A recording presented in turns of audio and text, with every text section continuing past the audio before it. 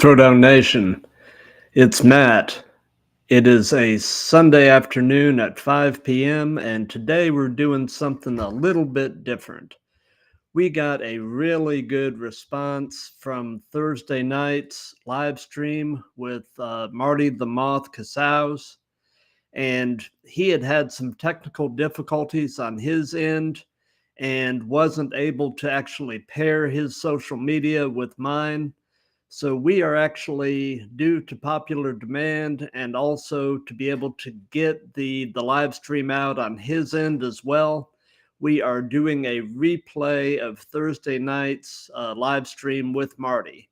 For those of you who are not familiar with Marty, you are in for a real treat. He is a 20-plus year veteran of the wrestling business and has wrestled among other places on Lucha Underground and also one season of WWE Tough Enough. Currently, he is still wrestling heavily on the independent circuits and is one of the featured performers in Rocky Mountain Pro. And if you guys are not watching Rocky Mountain Pro Wrestling on YouTube, you're missing out.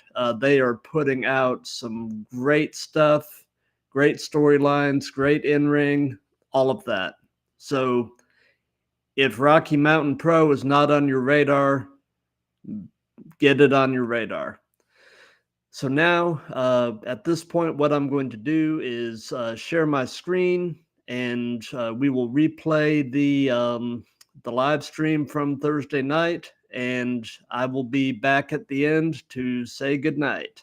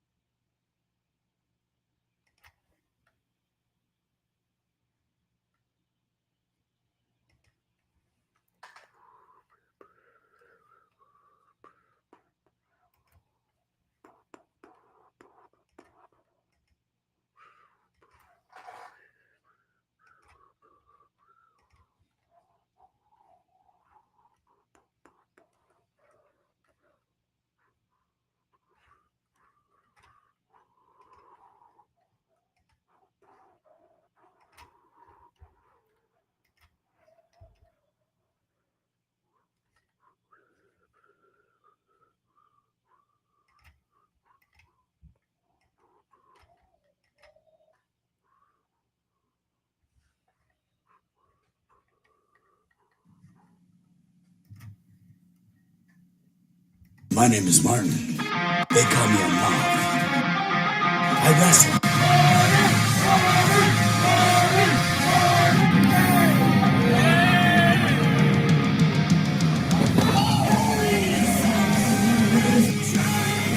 That's true. Are you naughty sensei? Oh yeah! I won for you. I won for you. I want you to take a picture of that. We doing this Lucha country style. Oh yeah.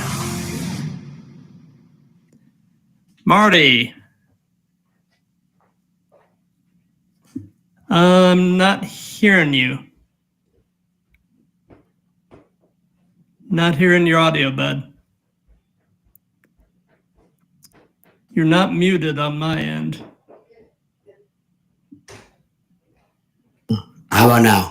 I've got you now. All right. I'm going to plug this in so you don't hear an echo. I'm sorry, I was trying to figure out how to play on my channels, but it wouldn't let me do it after the stream started. So I apologize. Not a problem, sir. How are you tonight? Life is grand. Life is amazing. Life's what you make it. So might as well make it grand. I completely agree with that philosophy. So just a couple of things I'll let you know. Something that we do on these is we play something called the speed round game. And so periodically during our time together, I'll stop and I'll say speed round, and I'll just name a name, and you just tell me the first thoughts that pop into your head when I do that. Okay, groovy. And then at the end, we'll do a quick thing. I've got the card listed, but I'd like to get your predictions for AEW Wrestle Dream. Okay. Yeah, you just have to read me the list. Yep. So I don't know them all. Absolutely. So we'll start with the first and most obvious question, Marty, and that is, how long have you been wrestling? So, crazy enough, this is October. I started in October of 2003. So in a couple weeks here, we'll have my 21st anniversary in professional wrestling. My wrestling career has become an adult. Wow. It's about to be able to drink, yeah. Might as well get started. All right, wrestling career, let's do this. Go for it. So, in your initial days, who actually trained you? My initial days there's a promotion here that used to be here called UCW0. It was run by a man named Steve Nelson, and then Derek Hubbard is another man that trained me. Two guys that are no longer really in the business anymore, but I'm super grateful for what they taught me to get me started here. Tom Howard always is another one who says, hey, tell everybody I trained you. So, but Tom helped a lot in doing some things. So Tom Howard, Steve Nelson, and Derek. We called him Janetti, but Derek Hubbard. Gotcha. Good guys. Speed round. Ooh. Jim Duggan. Seems cool. Never really haven't met him or haven't had any experiences with him to have anything more to come up in my head. And seems cool. Gotcha. So, what I'm guessing that you've probably been a fan of this stuff at least the majority of your life. What would you say is your earliest wrestling related memory? Actually, it would be, I'm just putting this stream. I know people have been asking about being on the show, and I wanted to make sure to get them the information to do so. So people know about your show here, Matt. Wow, that's exciting. Actually, the earliest memory of wrestling for me is in the house that I'm currently in right now. When my grandpa passed away, we bought his house, kept it in the family. But right up there in my front room, they had a TV, and I remember sitting with my grandpa. Well, so I was standing, but I remember an image of me standing next to my grandpa while he was sitting on the couch with my uncle, and they were watching wrestling. And I'm like, what is this? There's like 5 guys beating up somebody. That's messed up. Like, what's going on? There's like, everyone's beating up that guy. Why isn't anybody help? So they had me, and I want to say it was NWO or something like that, but I can't verify that. But it was some early memory here with my grandpa and my uncle in this very house. It's kind of cool that now I get to live here and sometimes take a second to stop and like, I've had an amazing career. If I died right now, I feel like I've had an amazing life. But it all started in wrestling because of standing in this exact same spot with my grandpa when I was not even a teenager. So probably a teenager, but that I was drop kicking my brother in the backyard. So it was very cool. Very cool. And you know, the synergy of that you're sitting here talking to me in the very house that you have your earliest memory of the sport is very cool. So yeah, it is. I'm blessed. We'll say that I am blessed. I get to constantly remind myself of where I've been, and what kind of fun, crazy journey this has been. Especially now, you got me thinking, Matt, about how holy crap, it's been 21 years. Time flies so fast. It does. You know, My son recently turned 15, and man, it feels like just yesterday he was a toddler. You know, they say don't blink, and Yeah. time really flies, man. It really does. Matt, say hi. I'm going on in my Instagram right now. Hi, Matt. We're live here with Matt on Throwdown with Matt. Awesome. Come check it awesome. Thank you for doing that, Marty. No, I feel bad. I was excited to put this on all of my socials and have it on my TikTok, on my Instagram, etc. But it kept giving me an error when I was connected. Then it's like, hey, you can't do it after he starts. I'm like, dang it.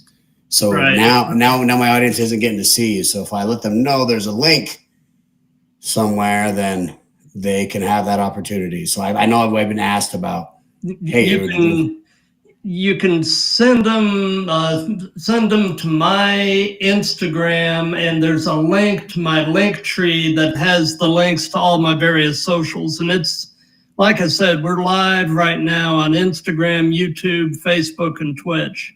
Ooh, hello, Facebook, Instagram, Twitch, and all the rest. Yes. So, you mentioned very quickly being out in the backyard drop kicking your brother. Yes. But at what point did you look at the TV and think, I actually think I could do this? Not until I got in the ring did I ever think that. And to be honest, I never thought I'd be able to do the things that I've done. I was like, I like this wrestling thing. And then as soon as I set I remember it vividly that I saw the ring the first day of practice, and I'm like, this is cool.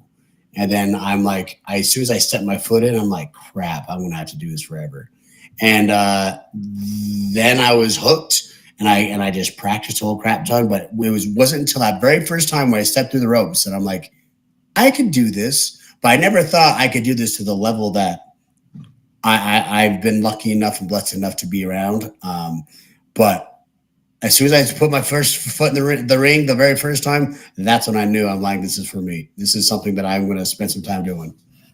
Gotcha. First day of practice. I did never believe that I could while watching it on TV.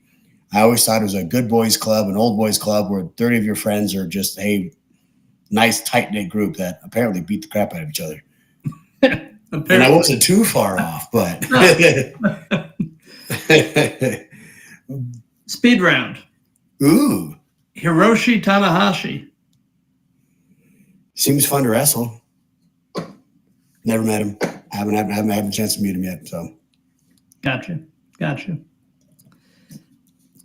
So, as you know, I'm fully aware that training is an ongoing, lifelong type of thing. But in your early days of training, what was the most challenging part of the training?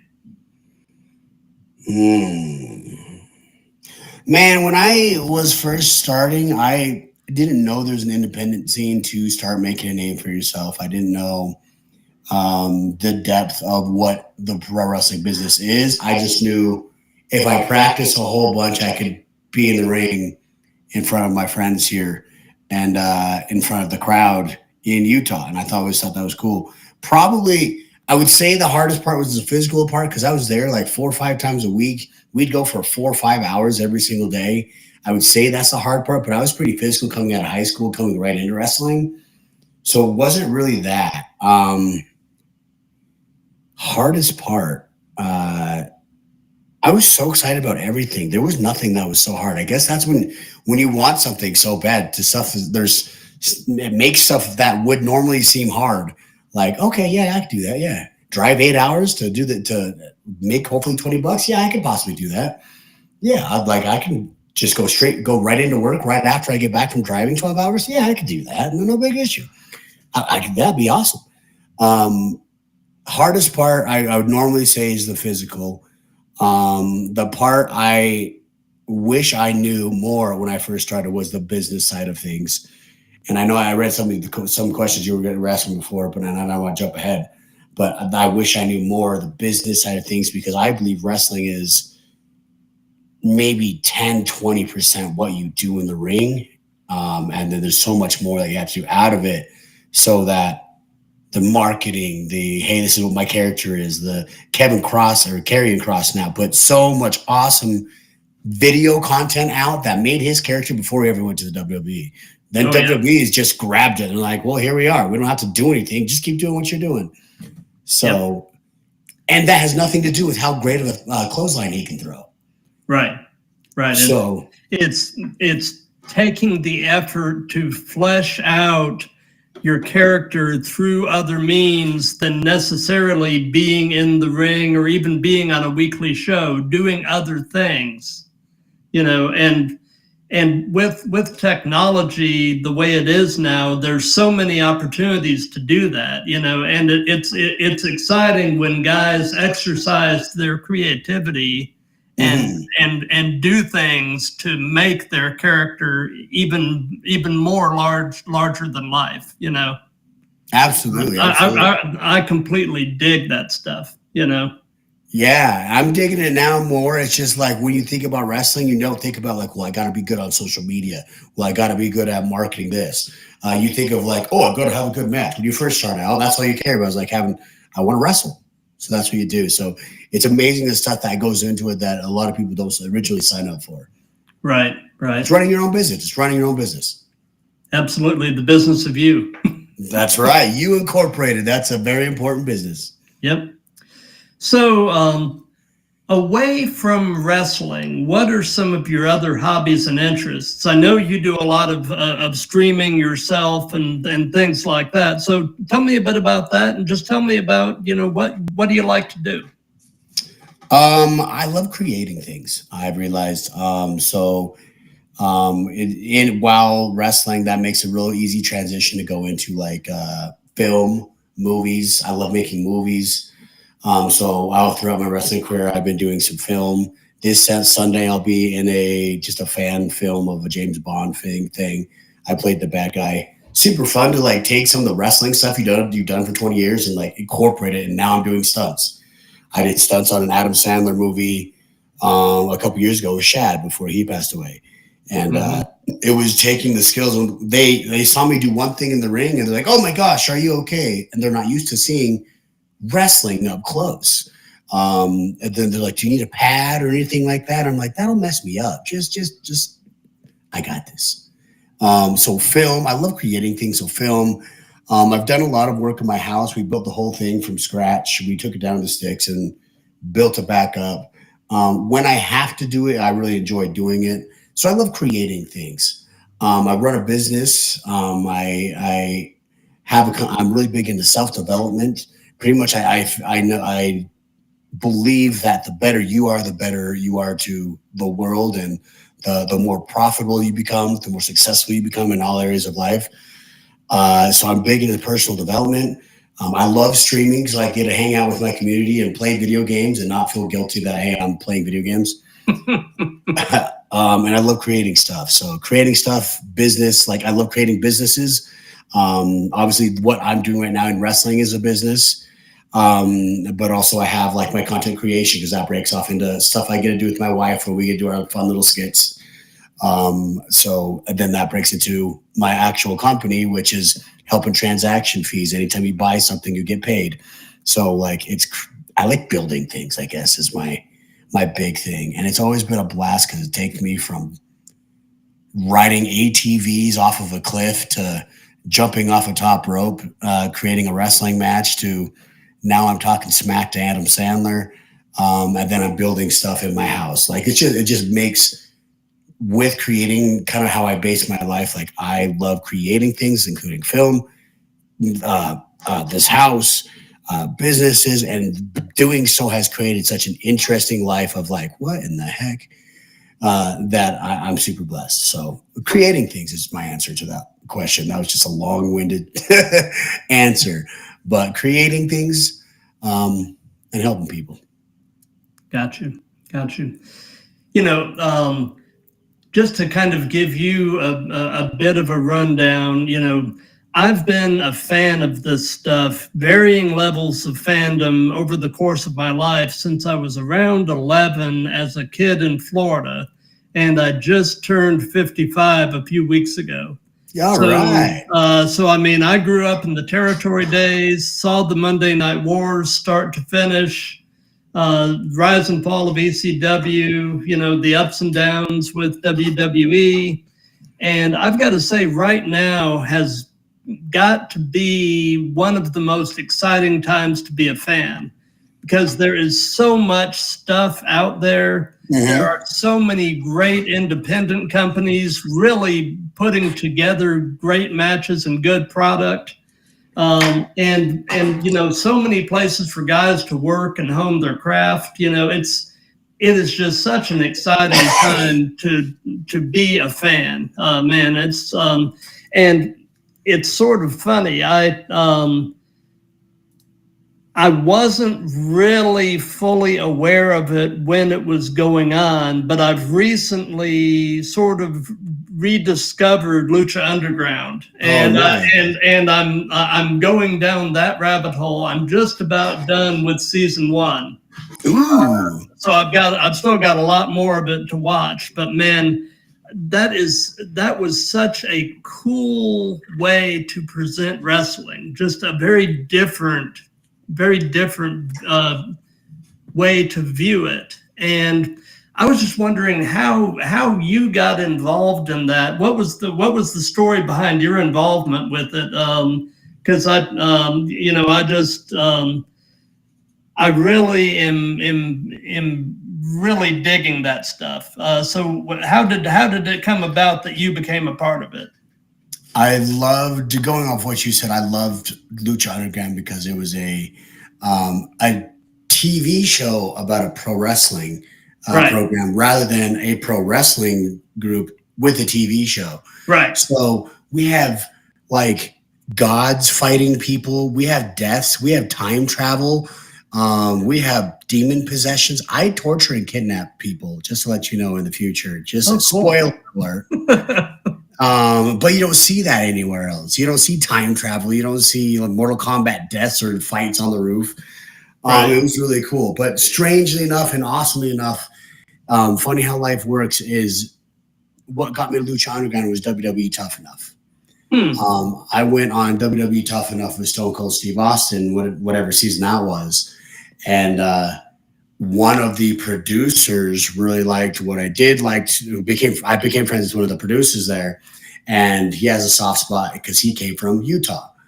And then so when the idea of Lucha Underground was being thrown around, I get a random text years later. It was Lucha Underground was 2011. And I get in 2016 probably is when I was starting getting texts like, hey, we're thinking about bringing Lucha Libre to America. Aren't you half Mexican? I'm like, yeah, I actually am. He's like, beautiful. I'll be in touch. I'm like, okay. So actually it was Eric Van Wagenen. So God bless Eric Van Wagenen. You changed my life and I appreciate you very much, good sir. He was one of the producers of WWE Tough Enough. We became friends there. And then when the idea of Lucha Underground came to him, because he's the one who also produced Lucha Underground, he thought of me. And then I just showed up, and what I was originally going to be what's it called now? I have no brain fart. Magician. I was going to be a magician with beautiful Brenda as my Vanna White. And we played with several gimmicks, and I didn't even get to wrestle. You won't even see me from a lot of season 1 because I ended up getting a concussion in season 1 and being there, but not able to do anything but sit there and cheer on the guys and high five them and say good match because of concussions. I couldn't wrestle for like 3 weeks, and we only had we shot everything in a couple of months. So like the time that insurance said, hey, you can wrestle is the time where like the show ended. I'm like, gotcha. Great. But luckily Eric Van Wagenen, he's the man who helped me get into WWE Tough Enough, which then transitioned into helping me get onto Lucha Underground. Very cool. Very cool. Well, I'm definitely looking forward, like I said, to getting further along into into the show. You know, unfortunately there's only so many hours a week to watch wrestling, so I'm working my way through it. But it's I'm definitely enjoying it. So, out of curiosity, you know, your character in Lucha Underground mentions that the Moth is his spirit animal. How did the Moth nickname come about? Another man who changed my life in professional wrestling, Krista Joseph. I love you. Krista Joseph is one of the writers in Lucha Underground. When I went in there originally, they didn't know what they wanted to do with me. They just knew, hey, he's a nice guy and he can wrestle. We're just not sure how he fits into the picture of what we're doing yet. And I was a magician, and then I got like, I don't know if we like that, but you did make us laugh, because my whole point was to go into Lucha Underground and be comedic relief. I like making people laugh. I like making an ass out of myself to make people laugh. That's fine too. That's the whole point. That's the whole point of wrestling, is to entertain somebody. And for me, looking like a hard ass to me, like I never felt like a hard ass in my real life, but I usually felt like a big kid. So what happened was I was a magician. They're like, that's cool. Let's see what you do normally. Just like you, be you, do your normal wrestling character as Martin Casaus. I'm like, cool. All right. So I went and did that match. I was in there with Escobar. His name was King Cuerno. Yeah. He's in there now. But Escobar, he clotheslined me over the rope, and it was just, the ring was just like this much taller than what I'm used to. So my feet went all the way through. I did a backflip because he clotheslined me, and my feet went all the way through and knocked myself out. And then I wake up in pink spandex in the hospital. And I'm like, well, that sucks. That's when the insurance thing happened.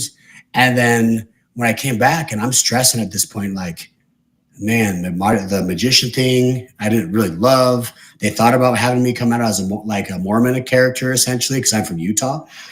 And I'm like, I don't really love that, because my wife's parents are Mormon, so I don't want to like piss them off. I still like this girl. So now I'm thinking, like, I'm going to get fired. Like, this is going to suck. And but Krista Joseph came to me one time. He's like, we figured it out. Your name is Marty the Moth. You're a big kid who's not all there. Go. And then he walked off. And I'm like, what? He walked off, and then he just walked off and gave me an answer. He's like, yeah. Then I chased him down. I'm like, wait, so what? So I'm Marty the Moth? Like, yeah, you're Marty the Moth. You're from the Moth tribe. And we just figured, be you. Just be a big kid who's just happy to, and not all there. I'm like, what is it? Sure. Okay. He's like, figure it out. I'm like, all right. But I believe the original intention was to have me with like an actual moth wings and like a cape with moth wings and be a physical moth. But the story behind this, to answer your question, sorry, I'm long-winded today. Oh, go for it. I mean, this is great. The whole point of it was I'm part of the Moth tribe now. And so my name is Marty the Moth. I'm from the Moth tribe. And they had it was Puma tribe, the Moth tribe, etc. And you're Marty the Moth. And so you're part of that tribe. And the whole, I have a sister that comes in eventually. You'll see that. So I think they invented that tribe, like, and made me as part of that tribe. They didn't know what to do with that tribe, and here I am. But yeah, they gave me, hey, you're Marty the Moth. You're a big kid who's not all there, and then just let me run with it. And credit to them, they told me like, hey, we kind of want you to be the comedic character, and to their credit, Krista Jones, that character, I am a big kid, man. I like to play video games. I like to make people smile. When I get excited, I jump up and down like a 12-year-old.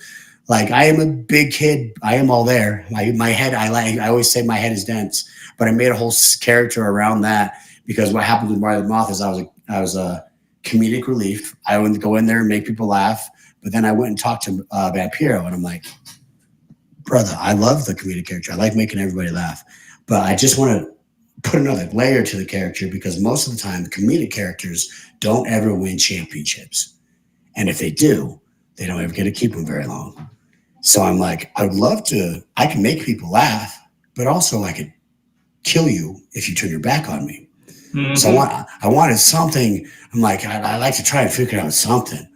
And then all of a sudden in a later season, I'm not going to spoil things for you, but I went from the comedic, and it's going to be fun. Now that you've interviewed me, and now you're going to hopefully go watch all 4 seasons, I really do believe that, and I don't want to like toot my horn and be excited about things, but I do believe in Lucha Underground, Marty the Moth had the biggest story arc and character development from season 1 to season 4 than anybody else.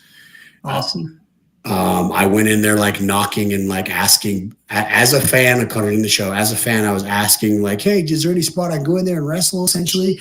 And bugging Dario Cueto, and then coming out as the Lucha Underground champion for the final episode. So I'm like, that's a story, that's a character development at its finest.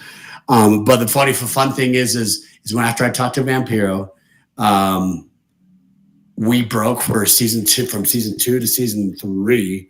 And then they came up to me one day and said, I'm kidnapping Sexy Star. I'm like, okay, that went from like, haha, like comedic, haha, to like, no, I'm kidnapping women and torturing them for months. I'm like, okay, that could work. So we did that. We ran with that. And then I just went deep into, like you were saying earlier, character development. Character development is so important in wrestling. Oh, it is. It is.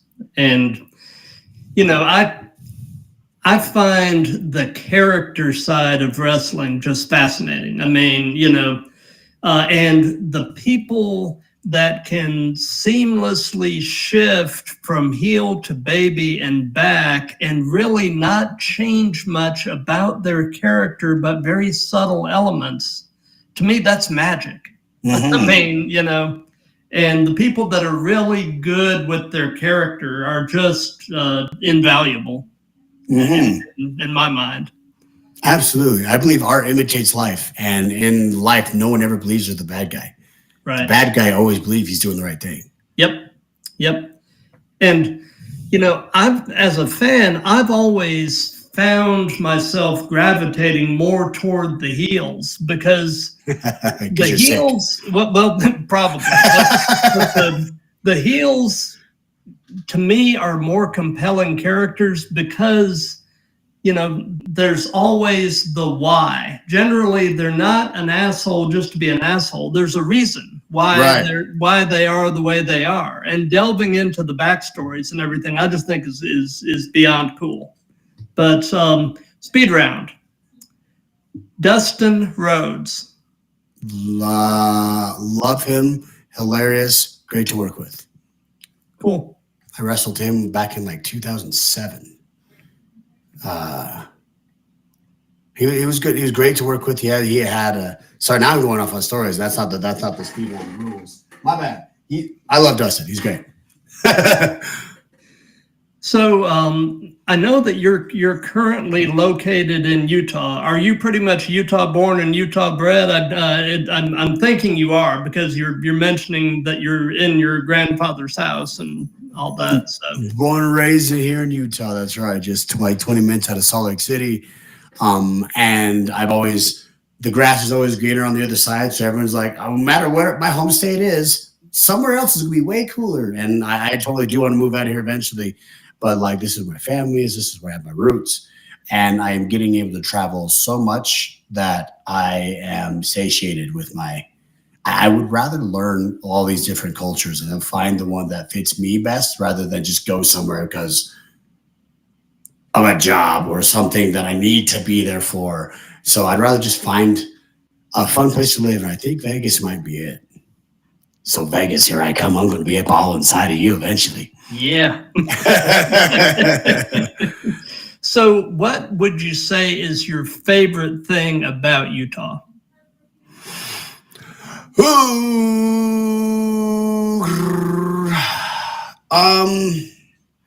Honestly, I think, and I don't take advantage of it. Like I said, the grass is always greener on the other side, and what you have, you a lot of times take advantage of. It is gorgeous out here. Like the mountains are out here. It's great for hiking. Olympians come out here to do snowboarding and stuff like that. When I travel, I don't realize there's giant mountains not there until they're not there. I went to Oklahoma and wrestle matches. I'm like, this is flat as hell. There's nothing up there. It's just the sky. but also just the culture where, like, from what I understand from the people coming in, that Utah is one of the nicest places where, like, if a stranger is lost, somebody will help them. If a stranger is, people are nice to talk to people next to them. The only place I've ever seen that as much to that detail, everyone's always nice, but like, I don't know. I always hear from people saying, "Hey, when I go to Utah, that's some of the nice people." The only place I've known of people as nice is probably Japan, because they have a culture that is so Polite. polite. Yeah. Yeah. Literally, when I went to Japan, I lost my cell phone. My cell phone, I lost it. I went out and drunk. I went out and drank with Ricky Banderas. Do that with your own risk. I lost my phone when I told the hotel. They told me to tell the police. I'm like, I don't think it's stolen. I think it's around here somewhere. Like, don't worry, they'll find it. Then they'll give it back to you. Like, what? Like, yeah, no, the people here don't steal. We give it back to you. Like, whoa, really? Like, all right, sure. I'm making plans to get a new cell phone, and sure enough, a day later, like, hey, this guy came up and found your phone. I'm like, where was it? Just on the sidewalk. A couple people grabbed it, couldn't figure out who it was, and so they gave it to the cops. I'm like, that would never happen in America. In America, that's already on Amazon. Someone's selling it on eBay. So it's on the dark web. Yes, right. All my pictures in there too. Yeah, that's everywhere. That's on the social medias. Yeah, it. I think that my favorite part of Utah is just how gorgeous it is. The culture is of really nice people is good too. But at the same time, I don't go snowboarding or skiing or anything like that. I just like to look at it. I need to take advantage of it, but that's probably one of my favorite parts of Utah is the culture is so interesting. And also with like the religious aspects here being a mostly LDS like focus in this state. Like there's a lot of people who have like strong distinctions one way or the other of I either hate this subject super hard or love this subject super hard. But there's no in between. It's like I couldn't have sex until I was married. And then so now I'm going crazy because I'm a repressed whatever. Or like same with drugs, alcohol, going out, or even actually you're to a degree, and to some people you're not allowed to drink sugar, and that would drive me insane because I'm a sugar fanatic. But I love Utah, its culture, and its weather, or its nature, not weather. Screw the weather. I hate snow. Yeah. You want to know the number one thing I hate about this state? Snow. Gotcha. My wife's mom is from Western Colorado. Ooh. And they used to her family that still lives in that area takes day trips over to Utah fairly often and just loves it. So, and I've actually been talking to a lot of wrestlers from the Utah scene, and everybody just mentions, just the splendor of just how beautiful it is out there. So. Yeah, we're super lucky. It's gorgeous out here. So, tell us about. Well, actually, let me say this. So, they say the best wrestling personas are essentially yourself turned up to 11. So, tell me a bit about in-ring Marty and kind of compare and contrast him with everyday you. The funny thing is I 100%. By the way, I 100% agree with that. The Rock is just turned up. Dwayne Johnson turned up to 11 or 12. Right. Comparatively, I also, when they came to me, hey, you're Marty the Moth, you're a big kid who's not all there.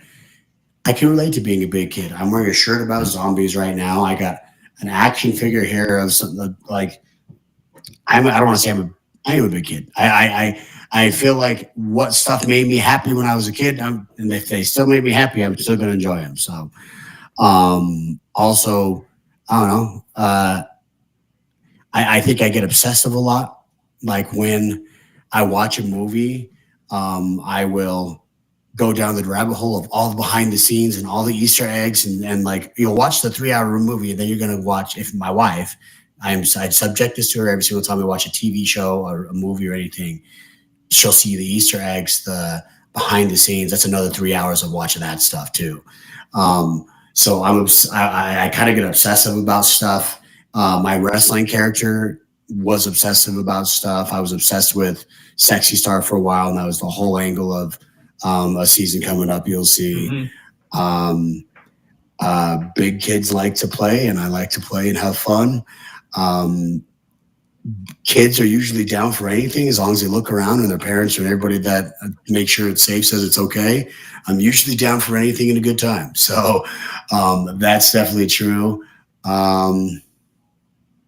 And I believe as a kid, you learn more as most adults. I fell in love with learning again. So as far as character wise, I'm a big kid.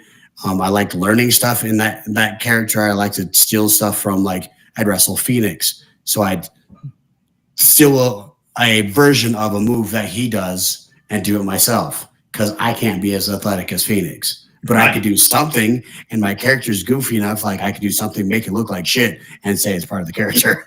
And I like learning still. I've been reading a bunch, and so probably the obsessiveness and the I guess carefree goofiness. I think really that character really is me just turned up. Instead of I love people hard.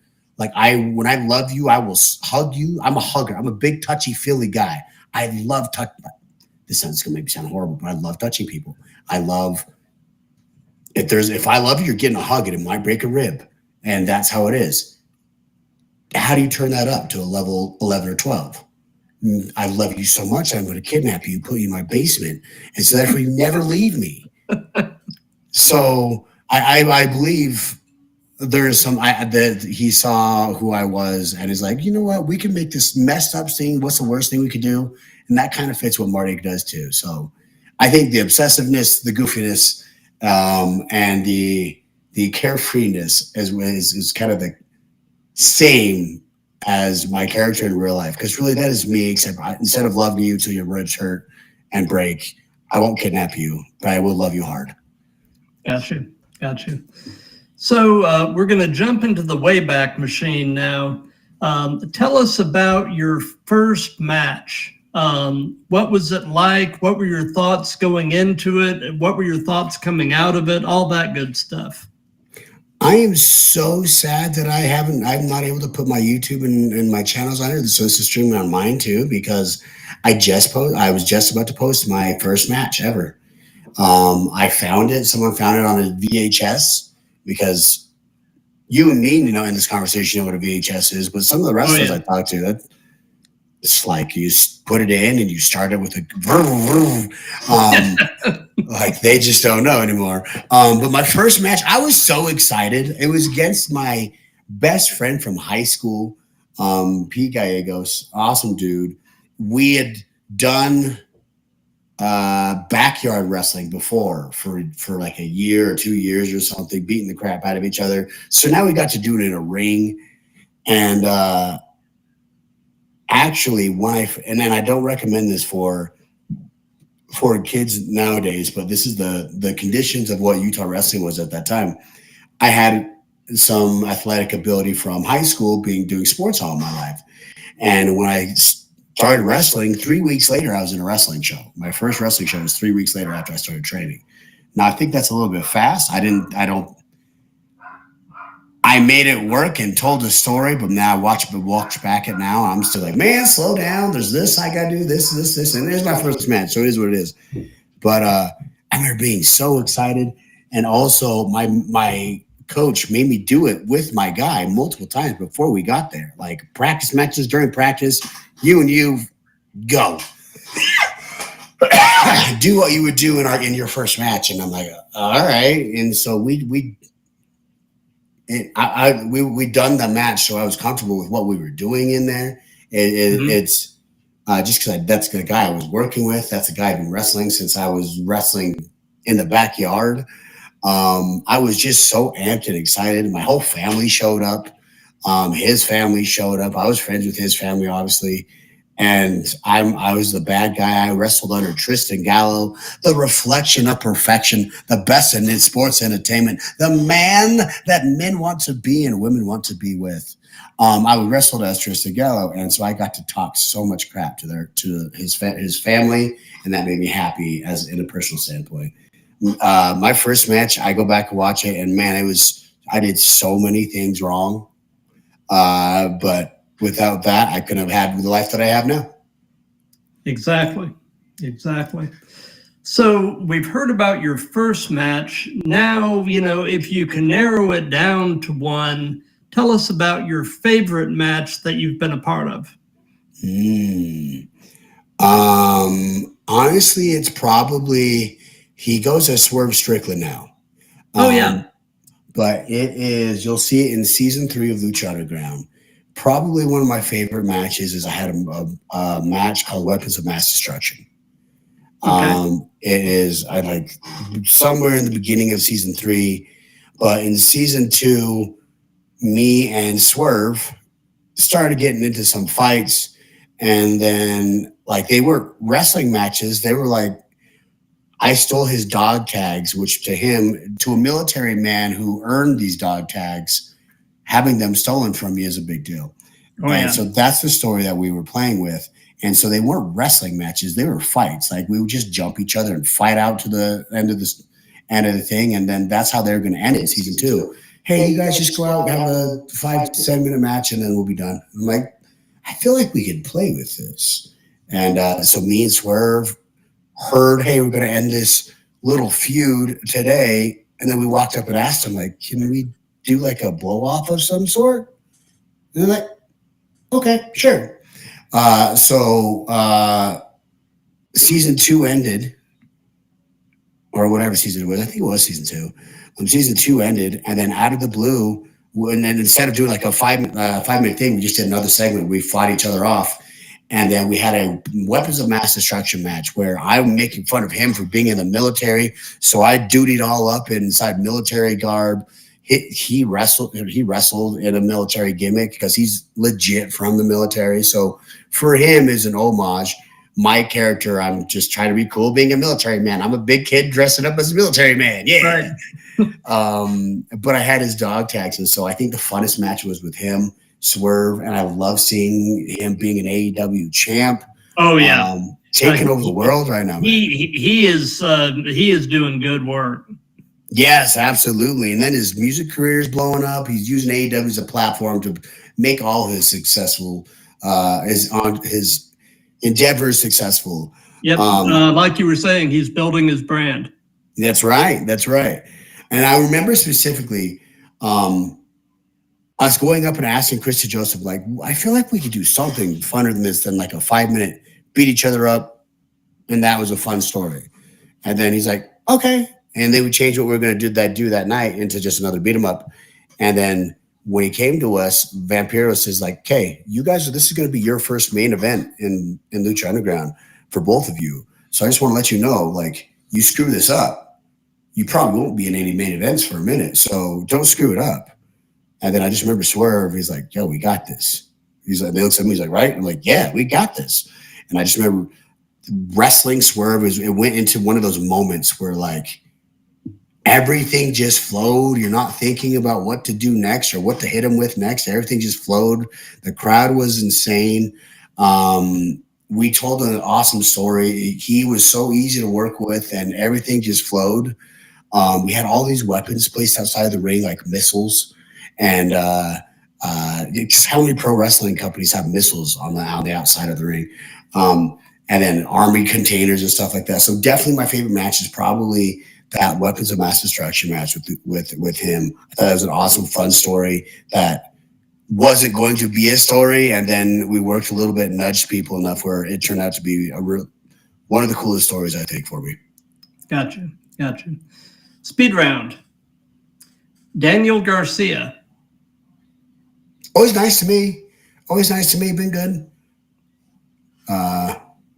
I wish I had more personal stories on the people you're getting me.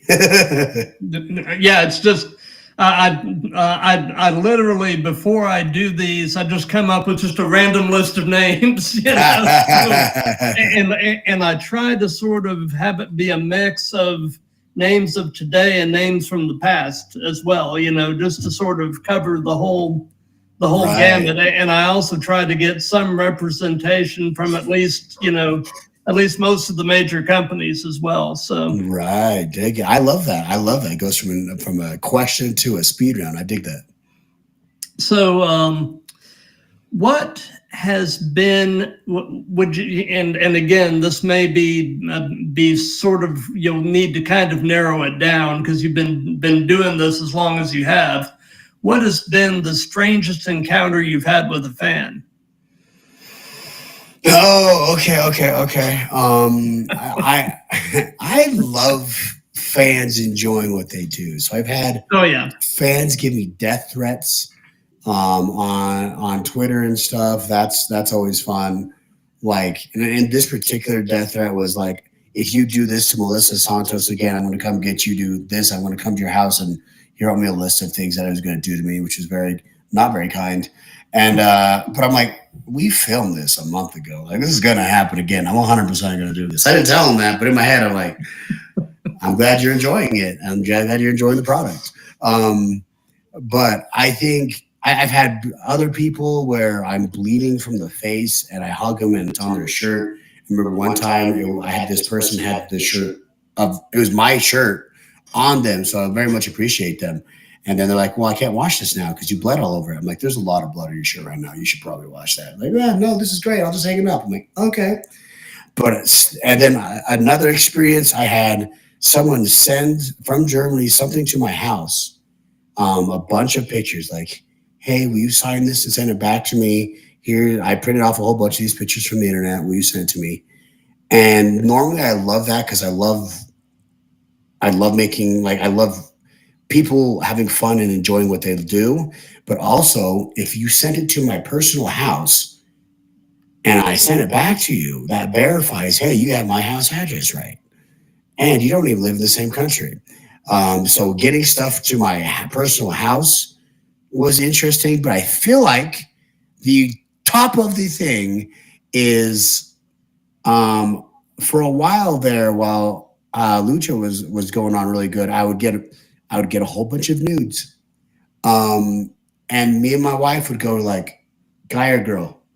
And because it would show you like the picture, but it blur the whole picture out, so you're not quite sure what it is. You just like, this new person who's not your friend is sending you a picture. Would you like to accept?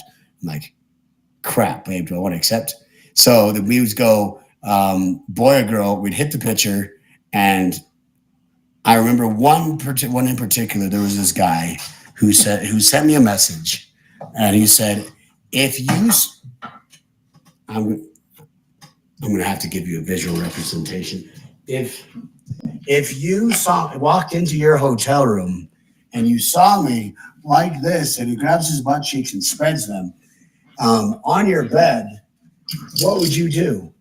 And then I received a picture of his hairy ass spread open on a bed, looking back at me with a big smile. And I thought that was an interesting one. I didn't write back to it. First off, I don't want anybody in my room unless I give them a room key.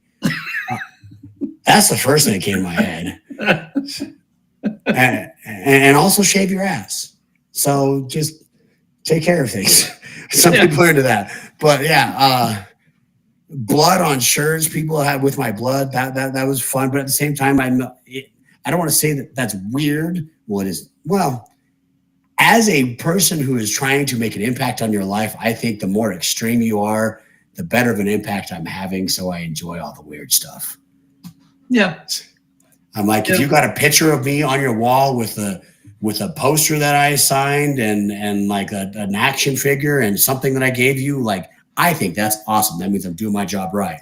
Exactly.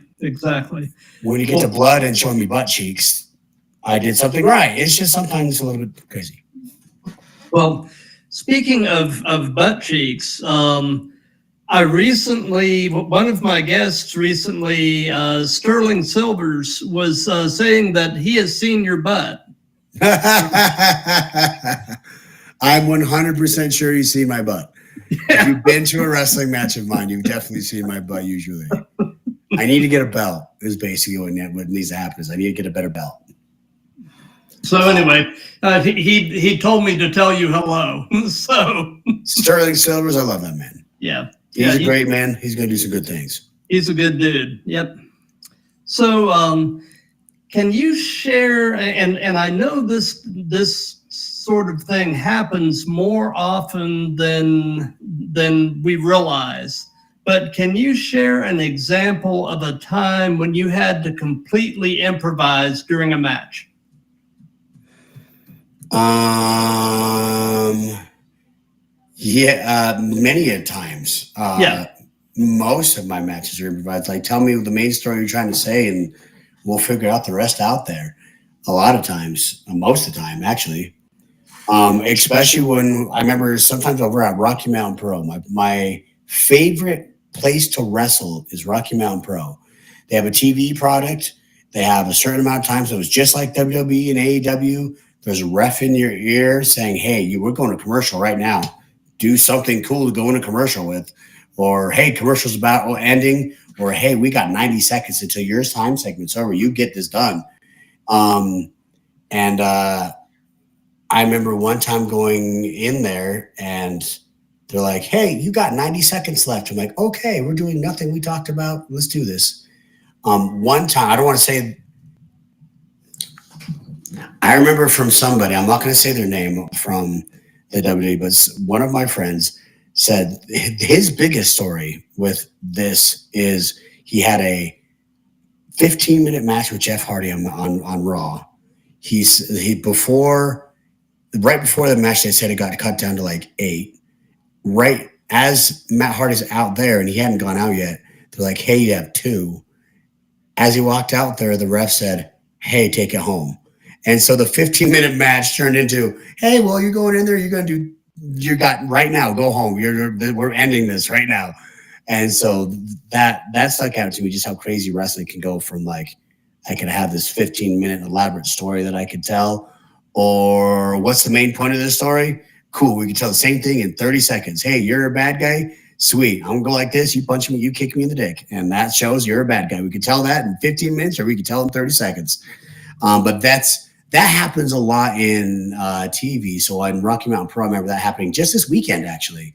We were doing a pay-per-view where they're like, hey, my guy went out. I was going to go wrestle this guy. They're like, hey, by the way, I know you had 8. Now you have 5. I'm like, okay, cool. When I went out there, the bell rang. They're like, hey, you really actually scratched that. You have 3. I'm like, okay. We go to the corner like, hey, you got 90 seconds. We're like, oh, my gosh. Here we go. So, like, most of my stuff is improvised. Like, I mostly just give me the points of the story and we'll figure out the rest out there. Like, most of my life is improvised. And especially a lot of AAA stuff. AAA, a lot of times they throw like 6-man matches, 8-man matches, you and 3 guys versus you and 3 other guys. And then at that point, it's just like, we got an idea of what we kind of want to do. And then in Mexico, 100% of the time, that went to shit. I don't know if I can say that, but it went to crap. And then we just beat the crap out of each other and went back to the story. But a lot of times in AAA, I'm trying to remember a particular time, except for just time, and then just making stuff up when things went awry in Mexico. But pretty much every match, something goes crazy. Got you. That's kind of how it is with doing these live streams. If something doesn't go a little haywire during a live stream, it's not a live stream. Straight up. I'm so sad I couldn't get all the rest of the stuff on here, man. And it's the same thing with my streaming too. I don't touch it. Like, I stream every Wednesday, twitch.com/Martin Casaus. And actually it's twitch.tv/Martin Casaus. But I stream every Wednesday. I watch wrestling every Wednesday, Rocky Mountain Pro, and then we play games together. And then I have this computer set up. It's awesome. And from next week, all I do is hit the off button and it shuts down. I hit the on button. Everything that worked last week should work this week. Yes? In theory. In theory, as a streamer, Yes. something goes crazy. Yesterday, Oh, yeah. my internet didn't work, my camera didn't work, and then my OBS didn't work. And there's 3 things that I hadn't touched anything, but there's 3 random things I just had to fix out of nowhere. So, as you know, things go awry a lot. Oh yeah, and you learn to fix things on the fly and improvise, adapt, and overcome. That's right. Improvise, adapt, and overcome. I like that. So, in terms of your in-ring work and your promos, who or what would you say are some of your influences? And it can be other wrestlers, pop culture, any of that type of stuff. Who or what has influenced you? Serial killers. Nice. I went bullies at first. So my original character was Tristan Gallo. So I was a bully. I didn't have a lot of self-confidence. Self-confidence is always a thing that everybody can work on in believing themselves. But I pretended to be the bully that I hated in the beginning of my career. I had bleach blonde tips. I was rude to everybody. So I would focus on the bullies that kind of messed around with me a little bit. But then as Lucha Underground started, like as things evolved into the Marty the Moth character, I'm the comedic relief, which was just me. And then I'm like, Vampiro, what can I do? And then we went to the kidnapping thing. So I'm like, okay, how deep can I go? And then Vampiro's like, how dark do you think my mind can go? I'm like, I can go as deep as I want. This is Vampiro's mind. So I looked a lot at like, my wife's obsessed with, it's typical white girl. She's obsessed with serial killing movies. But I enjoy the psychology of what makes people do what they do. Mm-hmm. So Ted Bundy stuck out to me a lot. He had some stuff here in Utah that went down. I think he escaped in Utah, actually. He has a cave here where Ted Bundy stuck out to me. The Joker stuck out to me because they're both psychological characters, where Joker was crazy all the time. Ted Bundy could have ran for politics, and a lot of people loved him. He played a dual character where he could be your best friend the next time he's killing your sister. Yep. And so serial killer movies, like Halloween, in Halloween, I remember seeing him drag somebody by their face and just walking, just all normal, just dragging like a sack. So I do that in the wrestling ring. I actually put that in the video game. So serial killers, highlighted by Ted Bundy and the Joker is who I kind of got my character stuff from. And Shawn Michaels, if I'm going to go with wrestling. Well, Shawn Michaels looked like he was having so much fun in the 90s in the ring that I'm like, I want to have that much fun at work as that guy's smile says he's having fun. Yep. So until he lost his smile. Then he lost his smile. Then it's just not the same, right? Gotta have your smile. Oh yeah. So those 3 are kind of been my people. But I went to Shawn Michaels because of the carefreeness, and then the psychology of the Joker and serial killers is kind of what meshed my character into. And that's where I get my stuff from. Gotcha. So do you have an all-time favorite match as a fan? A match that you can have watched it a million times and it just never gets old, and there's always some little nugget you can glean from it? To me, my favorite match of all time is Shawn Michaels versus The Undertaker, round 2. Something about that match, and I think it was just the emotion because I was invested in the story. And then you could see it on Shawn's face. Just, he's so good at putting emotion in, being the underdog and trying. I remember him spitting I think it was at that one where he spit in his face. Just like a last thing of defiance before he got pile drive his head off. That match, I remember going to a pay-per-view, and I don't go there's not many times I've been personally and emotionally invested in the story, but I remember like being in a small room with a bunch of wrestling friends and like jumping up and down up in my seat, like and like being super sad when Taker won because Shawn Michaels was my dude, and so that is the match that like for me, if somebody can have that much emotion in the ring. And it's not like they were hitting crazy triple backflips or anything like that. But there was emotion in Sean's face. There was emotion in the stories and stuff that they were doing. And if that kind of emotion can make me, at that point, I was a 20-something-year-old man or whatever, make me jump up and down and be excited like my favorite team won the football Super Bowl, then like, if I can make that emotion in my matches, maybe it can have some sort of effect like that of the people around me. Absolutely. And, it's funny. I have asked that question on every single one of these. And I would say more than any other match, that match that you just referenced gets, I would say the majority of people have gravitated to that match. Just because it's just such amazing storytelling, like you said, Yes, just the emotion side.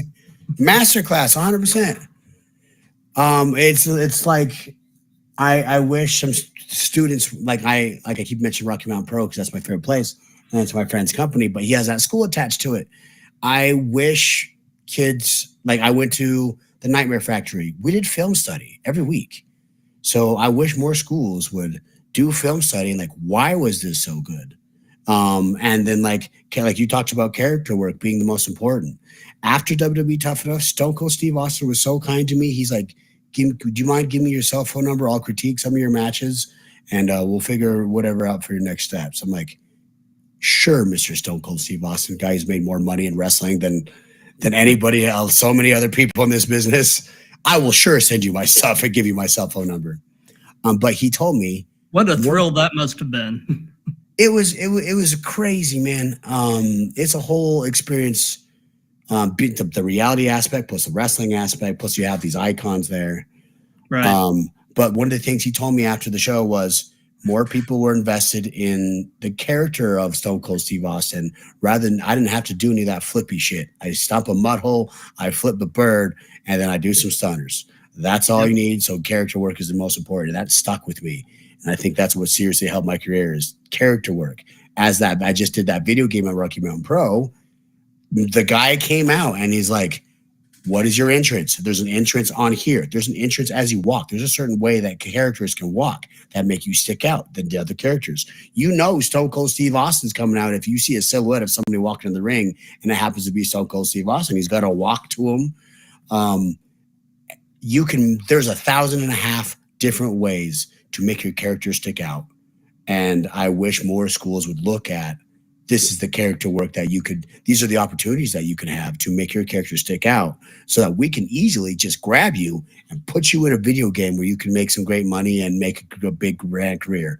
Like you can make a great career by making character work stuff. So I wish more schools did stuff like that for character work and film study because that match, Yep. Delish. Absolutely. So, and this can be present day or past. You've been doing this 20 plus years now, so you've wrestled a lot of people.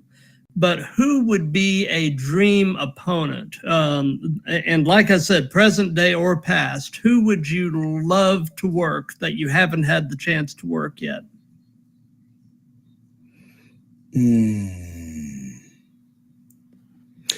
Honestly, it would probably be past because like I love where I'm at my wrestling career, so I'm having fun, but I will never get the chance to wrestle Macho Man or Ric Flair. Yeah. Maybe Ric Flair, but it's not going to be the same Ric Flair that I'd watch when I was a kid. So I would love to wrestle Rick. I would love to wrestle Macho Man, and for different things because I feel like both of them are so character driven, but also like Rick They'd both be stupid fun. It'd be stupid fun to get in the ring with those icons. Hell, Steve Austin would be cool. When I put him in a headlock, I'm like, holy crap. What if I got in the ring with Stone Cold Steve Austin? That'd be really fun. Yeah. But Ric Flair, Macho Man. Oh, man. See, now you got me all excited. If I'm going to past or present, the Rock and Austin would be ones that are more present. That'd be super fun to get in the ring with. I just want to take a stunner and a rock bottom. Like that's all. That's all. Just stun me. Just stun me. Like that'd be fun. That'd be really fun. There's some fun stories that we could tell. With Steve Austin, we could do the whole WWE tough enough student to fighting his leader thing or his coach thing. Oh yeah. Yeah. There's all kinds of possibilities. You know, Steve, if you're watching, one more match. One more you match. And Marty. Looking at you, kid. So, what hurts right now?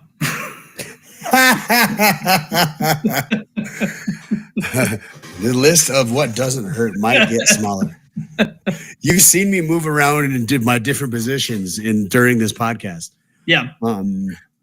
Let's see. So honestly, my lower back gives me the most pain. I have 6 herniated discs in my spine. I just went to the chiropractor today, so that's feeling a little bit better. That's the big issue. But as far as like what has hurt, like I've herniated 6 discs. Those were 2 different times. There's 3 at one time, 3 another time. I've broken my ankle on WWE Tough Enough. There's metal in my ankle. I've torn my MCL.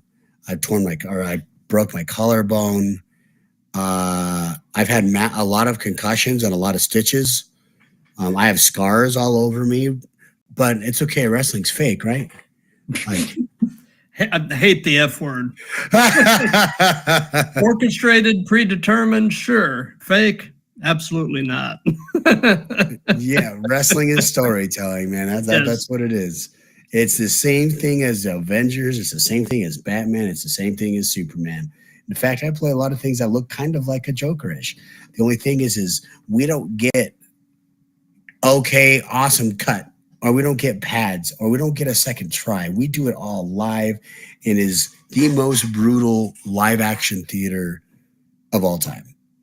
And for sure. I think some people give it as some credit now that it's more out there, but at the same time, it's not. It's not. You don't know until you get in and figure it out.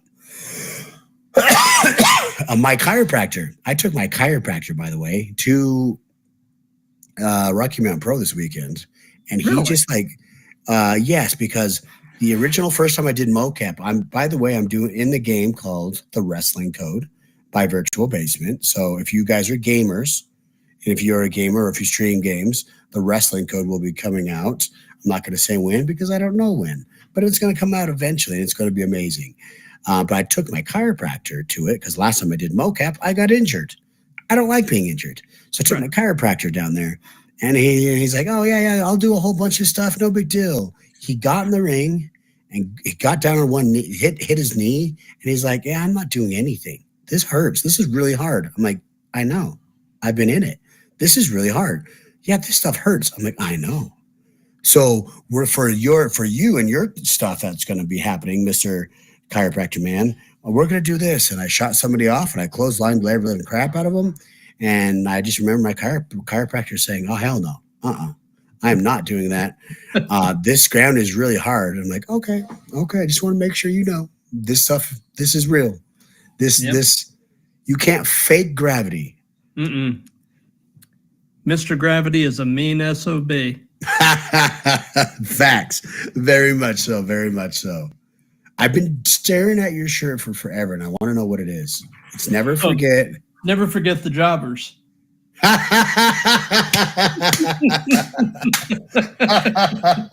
love that. Yes, I love that. I love that. All right. Where'd you get that? Amazon.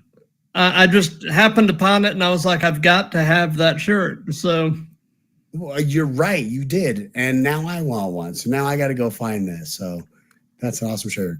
I will dig it up and send you a link. Please, that'd be great. Yeah.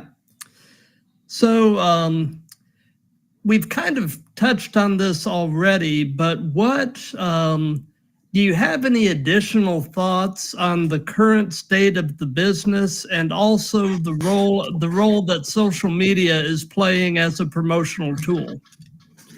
Sure. I think the state of the business right now is the best that it has been since the Attitude Era. I feel like there is, I'm going to pull this up a little bit.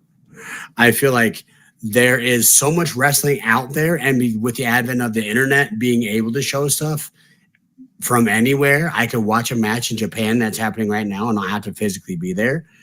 And there's so many different places for people to work. There's more opportunities for wrestlers. Keep in mind with that, there's also people who think they're wrestlers, never been trained, and so they'll go open up a school and train wrestlers even though they've never been trained. So there's goods and bads to all of it, but I'd rather more wrestling be more and more in the culture of what we have than where it was before. So I think the state of professional wrestling right now is awesome. It's only gonna get cooler with with video games coming out, with with the internet figuring out how about when wrestling's on Netflix. That's going to be so many more eyeballs on wrestling, on the normal, how many people do you know don't have Netflix? That's an easier question. I mean, yeah. It's just not there. Most people have someone in the household, or they're stealing somebody else's account. They have Netflix. So once wrestling's on there, I know people who just go and search anything to watch on Netflix. How many casual fans now are you going to see on Netflix that just see wrestling? And then you see that there has been Heels. There's that show about OVW now that's out. There's all these documentaries coming out, which props to WWE for showing the real stories behind things, because that also builds the lore of professional wrestling, the more commercialized of professional wrestling. And WWE's doing great, bringing back LA Knight. Yeah. I love you. Doing Slim Jim, so that reminds everybody of Macho Man back in the day. They're making wrestling mainstream again. Yeah. And I think this is the best time for professional wrestling in years. If you guys are thinking about being a professional wrestler, do it. The best time to do it, if it wasn't yesterday, is today. Absolutely. But on that note, me and Matt were talking. All of that is possible because of the brands that are built and the access of the internet and the accessibility of being able to watch it from anywhere. And therefore, as a professional wrestler, it is your job to build a brand and use social media to build said brand. Because if you don't have social media, if I'm a promoter and I saw you have this amazing match somewhere, how do I get in touch with you? I guess I had to contact the promoter from that person, and then from that match, and try to find the promoter from that match or that company, and then have them try to get in contact with you to have you get in contact with me. Or if you have a social media that says, "Oh, hey, I'm Martin. I got a wrestling show on Tuesday." It's easy for me to say "Oh, here's his social media," and then just write you a message. How can I book you for blah, blah, blah promotion? So social media and building a brand is almost 80% of professional wrestling, is letting people know who you are and that you're there wrestling.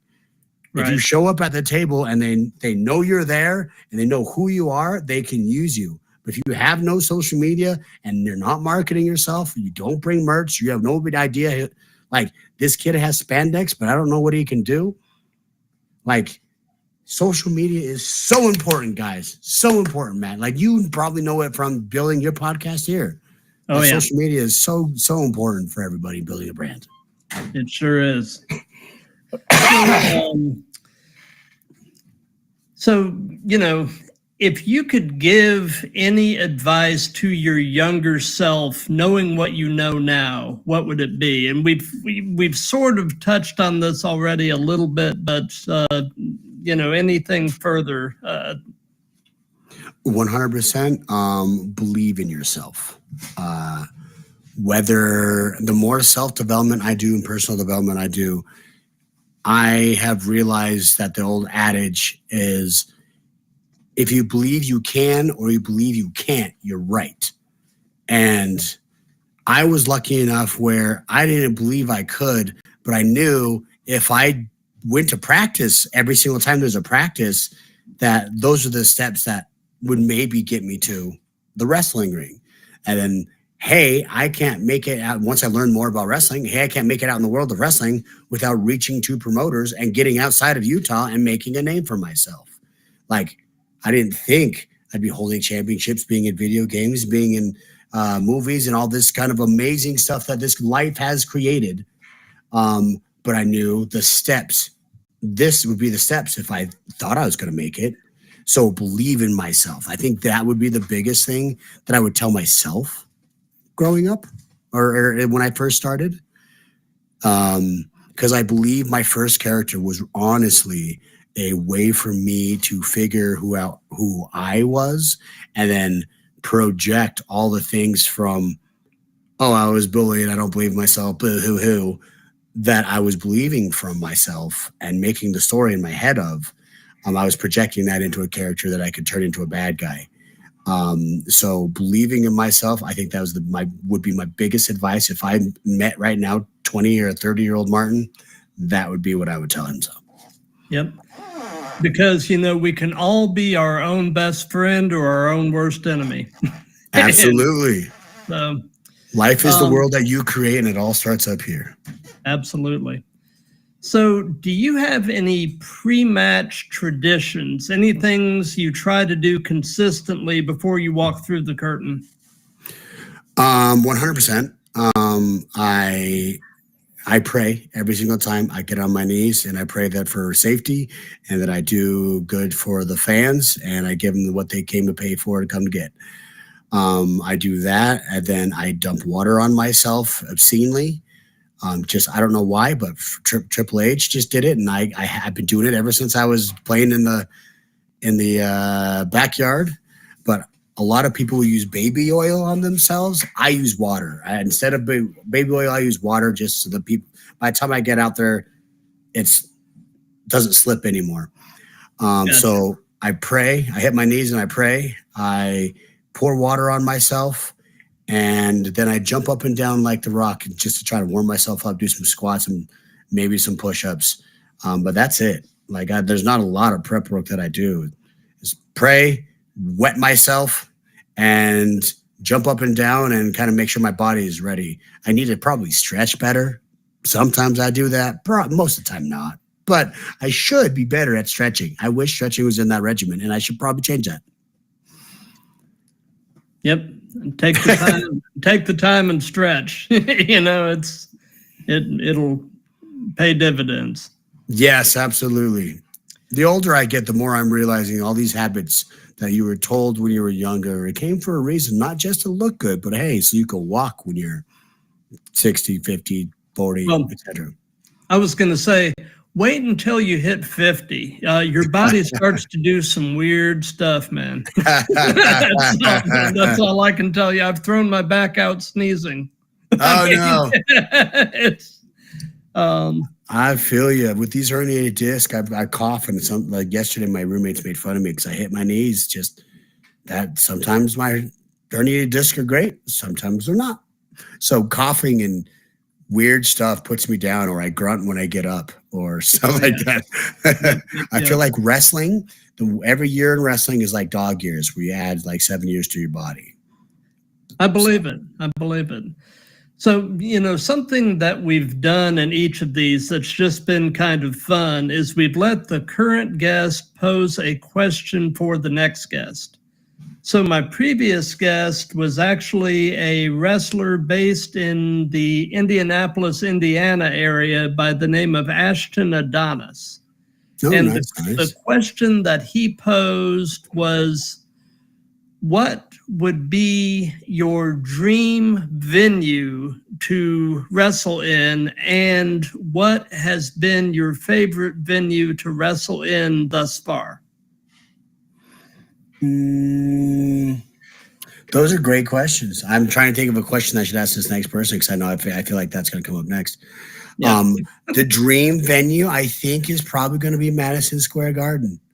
Like, that's the mecca of the WWE. That's the mecca of the biggest company. Like, that's everyone wants to wrestle or play basketball or do their thing at Madison Square Garden. And I've driven past it, but I've never actually even attended that thing at Madison Square Garden. So I think that'd be fun.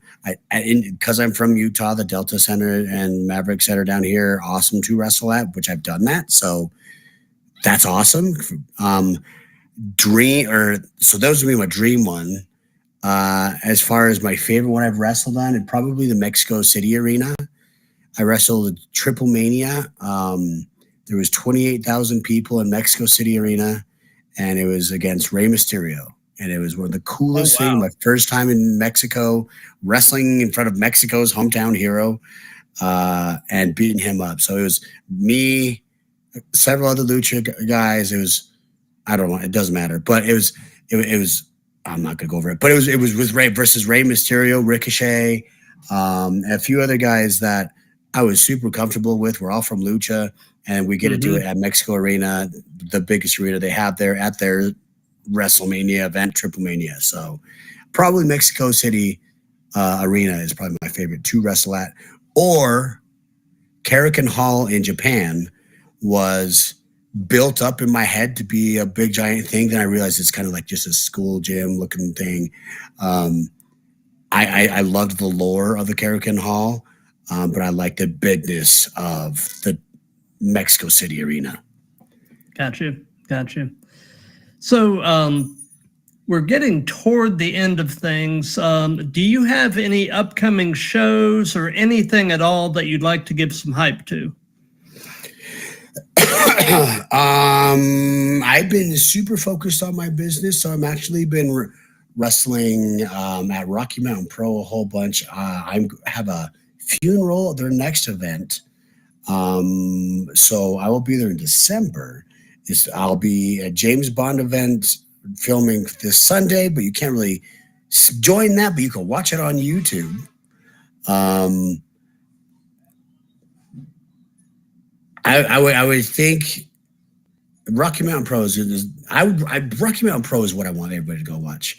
That is where I go. There's places in Utah that I wrestle, but I'm booked when I'm wrestling when they have another show here. So Rocky Mountain Pro is D'Lo Brown is the one agenting from the WWE. Vince Russo's writing television. Big Van Vito from WCW is there. I'm trying to get them associated with the Wrestling Code video game. Like, how many other people, independent wrestling companies, do you know they run over 100 shows for their students and wrestlers? That's like a third of the WWE schedule. But a lot of wrestling companies run once a month. These guys run over 100 shows. They have weekly television written by Vince Russo, who wrote for Hulk Hogan. Just saying that. It is being aged and your matches are being watched by D'Lo Brown, who was the talent relations of TNA for forever. Right. Also tag team with The Rock. There's that thing too. He's also a legend in WWE, but that's fine too.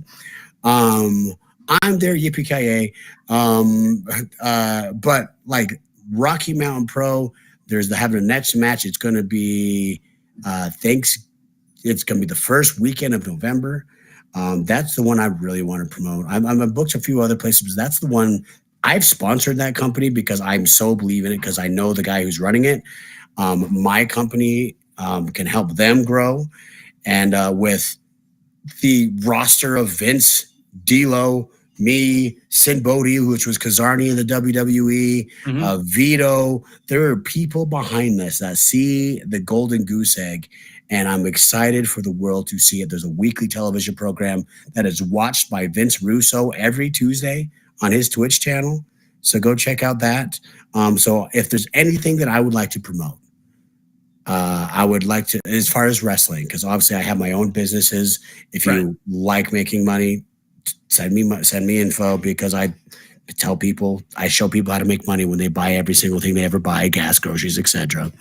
But as far as wrestling, the Wrestling Code video game is going to be coming out. I don't know when.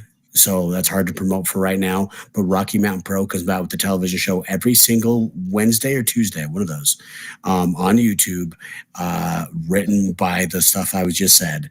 And so that is the company that people need to check out, is Rocky Mountain Pro in Golden, Colorado. Very cool. Very cool. Well, before we wrap up, we're going to take a quick run down the card for AEW Wrestle Dream that is coming up this Saturday. And I just want to get your predictions on the matches here. So, and these are in no particular order. Okay. We've got the AEW World Championship, Bryan Danielson versus Jon Moxley. Who you got? Danielson. So you think I'm rooting for Moxley. I think so Moxley would be cool, but I think Danielson. I think Danielson will retain. Yeah. Okay. Unless he's going to retire. I heard rumors like he wanted to go home or something. Yeah. His neck is apparently giving him problems again. So he's in kind of the tail end of things. I think, at least as far as full time in ring goes. And he just had a big storyline with Swerve, if I remember, correct? He did. Big match. He did. At least. So I might change that to Moxley, actually. I might change that to Moxley, actually. Just the more you know about how much real life makes the stories is very important. Right. So then we've got the AEW International Championship. We've got your old running buddy Ricochet, old Prince Puma, Nice. Versus Will Ospreay versus Konosuke Takeshita. Who you got? My boy Ricochet. Okay. My boy Ricochet every time. Yeah, that man is doing some amazing work. Well, he always does amazing work, and the thing is like I don't think he got the chance to really shine in the WWE. But he's probably one of the smoothest wrestlers I've ever. He probably the smoothest wrestler I've ever wrestled. He just like flows. Gravity doesn't just kind of forgot about him. Yeah. And then I remember Matt Cross. He was on WWE Tough Enough with me, but he also played Son of Havoc and Lucha Underground. Matt Cross did gymnastics for like 9 years or something like that to prepare him for professional wrestling as he was learning professional wrestling so he can do cooler stuff. And it was funny because one time he told me, man, Ricochet, like I took 9 years and almost went to the Olympics for gymnastics. And then Ricochet just comes over here and he's like, triple backflip? Yeah, sure, I'll try it. And then nails it every time. Yeah. So Ricochet is something else, man. One of the best wrestlers in the world, and I hope now he finally gets to go. And he's had so many matches with Ospreay. He's going to have some fun coming up. Oh yeah, absolutely. TNT Championship: Jack Perry and Katsuyori Shibata. I know Jack Perry most, and he beat me up at AEW, so I'm going to have to go with him. Okay. Darby Allin and Brody King. Brody. Sorry, Darby, but you like getting beat up, so you're going to do real good at this match. Yeah. Darby enjoys pain.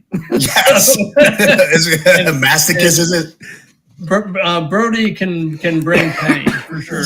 Very good at it. Yes. Yeah, that's a big dude. Big boy. Yeah. So then we've got two Ring of Honor related matches on the card. We've got the ROH World Championship, Mark Briscoe versus Chris Jericho. I got to go with my boy Jericho. Okay. I think that I'm just going to go with Jericho. We'll just leave it at that. I dug him. He was always nice to me. So there you go. And then the ROH World TV Championship, Atlantis versus another old running buddy, Brian Cage. I got to go with my running buddies, Brian Cage. I'm sorry. Brian is going to do some whooping this match, and it's going to be fun to watch. I also feel like he is something that people haven't experienced how amazing Brian Cage is. Yeah, I was actually fixing to say that. I feel like Brian Cage is one of the more underrated talents, and has been for a lot of his career. 100%. And I don't really get it because I mean he's got the look, he's got the presence, he's got the in-ring ability, he's even good on the stick. And I just don't get why he isn't just being pushed to the moon. Right. And I don't either, but I know him. He's a guy that he seems like a good dude. He's so awesome. I met him and his wife at Lucha Underground. Melissa Santos is actually his wife. Yeah. But awesome dude. He's a hard worker, and it's going to be awesome when he finally gets the love that he deserves. Yeah, absolutely. And one final sort of X factor for this show, and it may or may not happen on this show, but there's rumors that it's coming. Do you think Shane McMahon shows up at Wrestle Dream, or do you think he shows up in AEW at all? Nah. You don't think so? Nah. I don't think so. I think he's been too tied. It's his family thing. I think it would be cool, and that would shake things up. Not anywhere particular about like, Shane McMahon can go there. Anybody can go there. Like, right. So, right. But I don't think it'll happen. I know there's pictures or something with them all together. Yeah. But also, I have friends in WWE and in AEW, so I'm pretty sure it'd be about the same there too. So yeah. But I don't think it'll happen. But I think it'd be cool. That would definitely be interesting. Yeah, it would. And one thing I will say, especially with the new regime in WWE and their willingness to collaborate, like they've been doing with TNA, for instance, recently, you do get the sense for the first time in a long time that just about anything is possible. So, so who knows, And I think that was one of the cooler things about the 90s, like the Attitude Era, is just all of a sudden you started seeing people flipping over. You're like, I don't even know what's going to happen next. Right. And I think that's coming back. And I think once we hit Netflix, I say we, but wrestling as a whole hits Netflix. Anytime any company in wrestling does good, that is good for our business. A rising tide lifts all ships. 100%. Yep. So I don't think it's going to happen that Shane goes over there, but I do think it'd be interesting. And you're right. Anything can happen at this time of day. Yep. Wrestling is the best it's been for a long time. Absolutely. Well, Marty, thank you so much for your time. This has been an absolute blast. I've had the time of my life talking to you. And like I said, I really appreciate you taking the time, because I'm a small fish, but I'm enjoying what I'm doing. The bookings for this are coming fast and furious. I'm booked now through the first week of November. Nice. And I'm and I'm enjoying focusing on the indies because I'm enjoying helping to tell the story of people chasing a dream. And it's just really been cool. I've gotten to meet some really cool people. I've had some great conversations. This has been just a really fun ride, and I don't know where it's all going, but it's somewhere cool. So and I'm just having a blast, being a very small part of an industry that I've loved for 40 plus years. So, well, I appreciate you having me on. I love seeing people do what they love because you can see a difference when someone does what they love versus what they have to do. You can see them, people just light up, and you saw it right there when you were just describing what you're doing right now. You could see it in Matt's face. Don't tell people, you can see it in Matt's face. So you just saw it, that he loves what he does. And I love seeing people do what they do and be able to succeed in it, because you don't get big without being a small fish in a pond. So this is how you start. You get bigger and bigger. You have the time of your life the whole time doing so. That's the whole point of it, is just doing what you love. So I appreciate you bringing me on, man. Absolutely. And coming up next week on Monday, the 14th at 7 p.m. Eastern, I've got a wrestler from right here in Georgia by the name of Edward Draven. Okay. Then on Tuesday the 15th, I've got a wrestler / podcaster named Chris Carnage. Okay. Then on Wednesday the 16th at 7:30 Eastern, I've actually got a guy who is a veteran of many companies, including TNA and NWA, the outlandish Zicky Dice. I love Zicky. Yeah, I'm looking forward to having Zicky on. I think we're going to have a good time together. Well, just let me know any way I can help. I know because of what I've been able to blessed enough to do for the past 20 years doing what I love, I have a lot of contacts of people that are doing what they love. So if you ever have an idea of, hey, I want somebody, let me know. I'm sure I can figure it out. Absolutely. And then on Thursday the 17th, a week from today, I've got a wrestler by the name of Shea Guzman, who's going to be my guest that night. So, like I said, the bookings are rolling right along. Like I said, thank you for your time. Everybody that's been watching this live, thank you. For those of you that'll be watching this on replays, thank you for that. If you like what we've got going here, continue to spread the word. This thing is really taking on a life of its own. And like I said, just having a blast doing it. Everybody have a great night, a great weekend, and we will see you on Monday.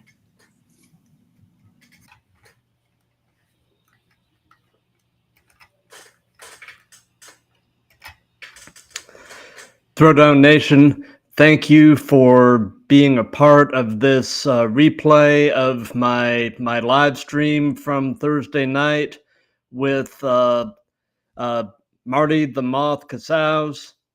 Really had a great time with him. And tomorrow night at 7 p.m. Eastern Time, I will be back live with episode 37 of the Throwdown with Matt with my special guest, Edward Draven, who is a wrestler based right here in Georgia. So anyway, everybody have